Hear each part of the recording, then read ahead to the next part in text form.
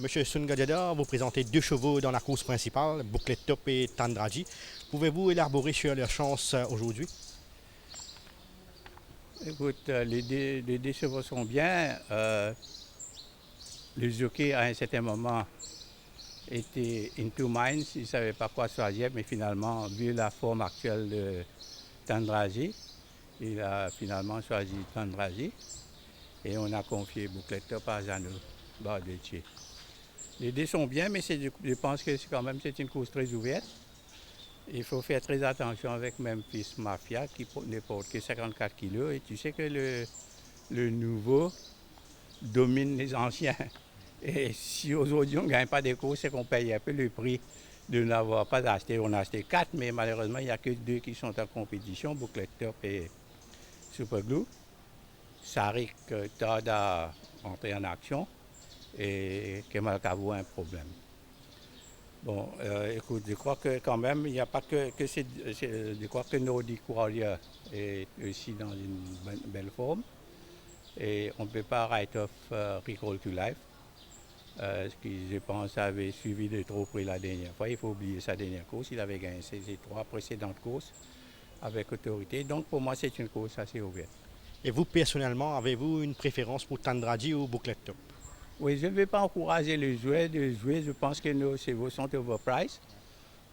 Moi, personnellement, je pense que Tandraji va être là.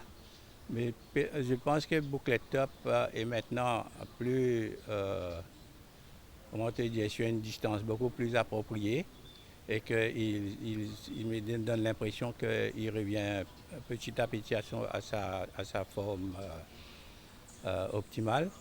Et je pense qu'il va faire une très belle course aujourd'hui avec Zanobo. Et vous présentez aussi un grand favori dans la troisième course, Strum, avec une première ligne.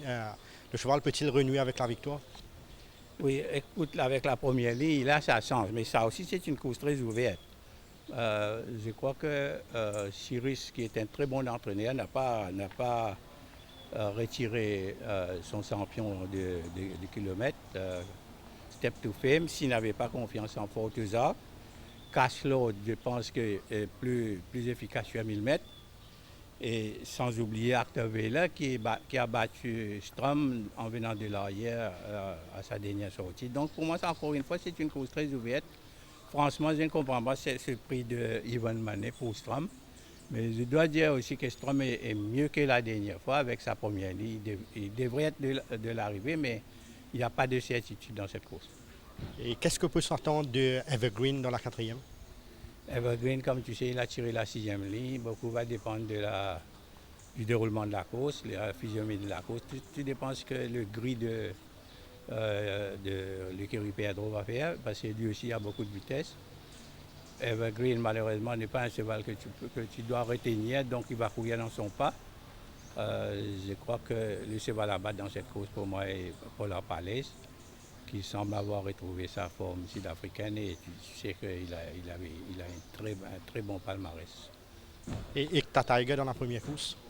Icta Tiger a été confié à Jamil qui nous donne un sacré coup de main à l'entraînement. Je pense que là aussi c'est une course ouverte, mais j'aime bien le cheval de Ricky Menga, Vigilante, qui s'il n'avait pas été Book for a Run à sa première sortie aurait gagné ou Going Away. Mais je sais qu'il vient après des ennuis, mais il pourrait, je dis bien, il pourrait être au-dessus du lot. Et M. Sungadeda, une de vos meilleures chances de la journée?